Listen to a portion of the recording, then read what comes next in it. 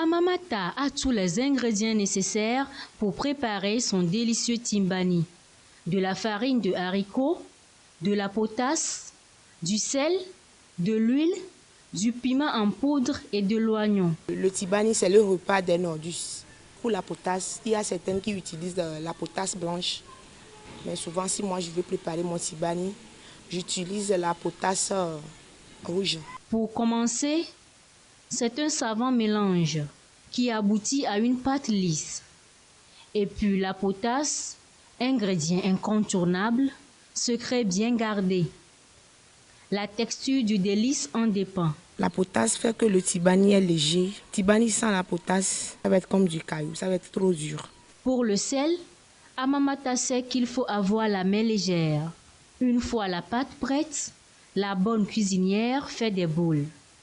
Elle veille à ce que l'eau au feu atteigne son point d'ébullition avant de plonger les boules de timbani dans la casserole. Pendant la cuisson, on apprête les accompagnements.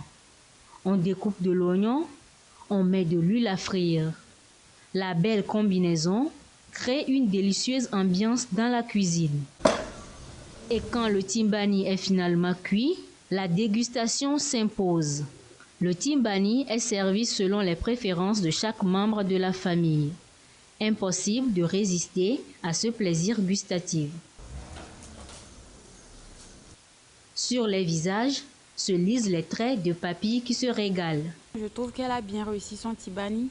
J'aime manger ça avec de l'huile blanche et c'est bon, j'aime ça. Timbani a du quoi et les zozo et vivichant et les kaya.